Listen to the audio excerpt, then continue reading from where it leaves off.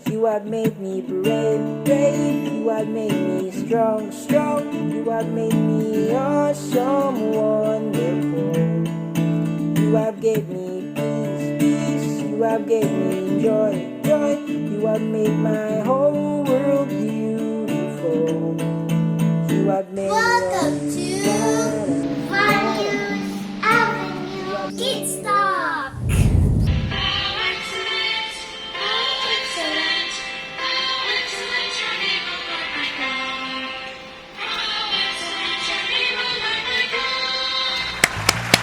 Wow! Ang galing-galing mo talaga, Miggy. Salamat po. Lalo ang binabasa sa Bible. Basahin ko sa'yo ha. Hebreo chapter 12 verse 28b. Sambahin natin ang Diyos sa paraang kalugod-lugod sa Kanya. May paggalang at pagkatakot. Hebreo chapter 12 verse 28b. Lalo natin sa verse dapat igalang ang Diyos pero may takot din. Pwede po bang pagsabay yung dalawa? Explain mo na ako. Ang paggalang sa Diyos ay hindi lang sa magandang lumalabas sa bibig. Dapat galing ito sa puso. Yung iniisip natin, sinasabi at ginagawa. Lahat ng ito'y pare-parehong gumagalang dapat.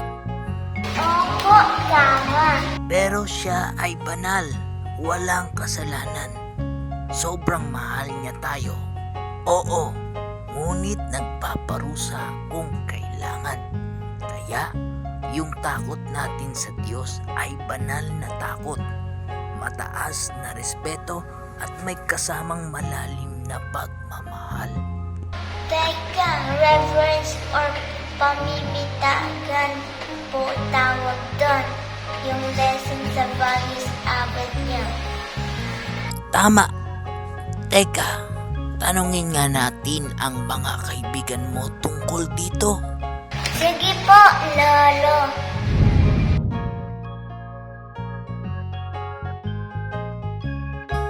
Nagalang ko po ang aking mama at papa sa pamagitan ng sunod sa kanilang mga inuutos sa akin.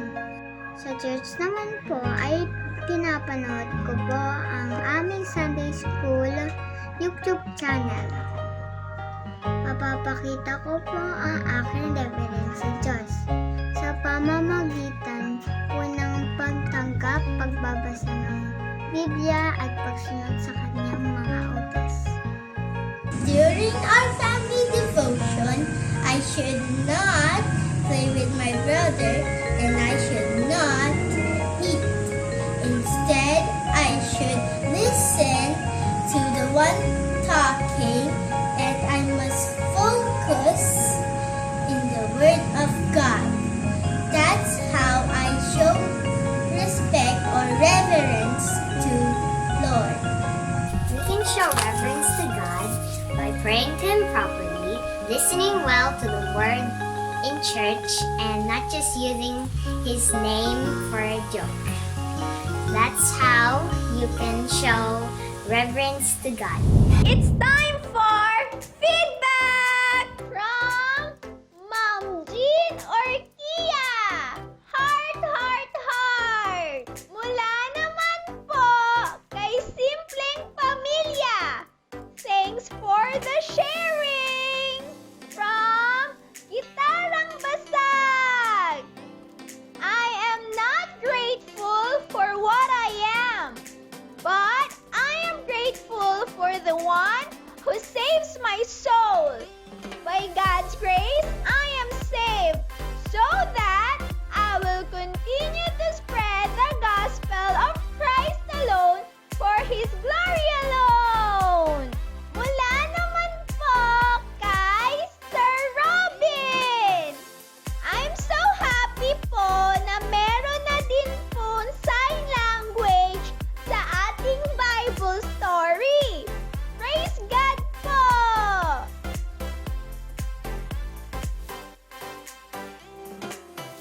From Salvador. For me, Reverence is the feeling of profound respect. From Lois, reverence is much deeper than respect. For example, we address someone with honorable to show respect, while we use reverend only to ordained religious leaders. From Marl, respect includes moral consciousness and spiritual consciousness. Ito ay magkasama upang isang tao ay magkaroon ng kakayanan na magampanan ang kanyang tungkulin. From Alex, reverence to human is like we treat them special, such as we serve them and give things that make them comfortable. Reverence to God, however, is acknowledging that He is the author of everything, and His sovereignty must rule among us.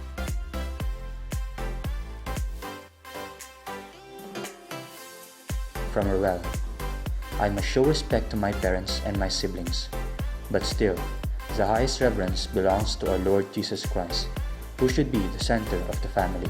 Jana says, if your parents are talking with each other seriously, do not interfere. From Maria Erica, in the church, reverence can be practiced through time management. Kapag sinabing 10:30 a.m. ang service, ganun po dapat mag-start.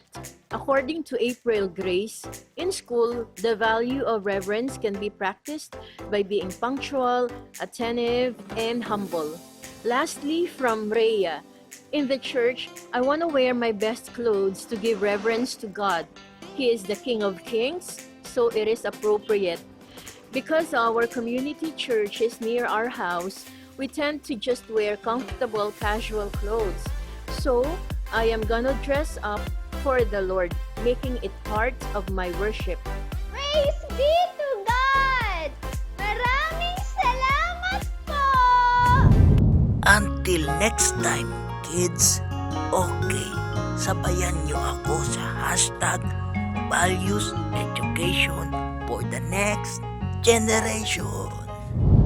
We are CECE. Don't forget to like and share our video. Salamat po. God bless! You have made it all.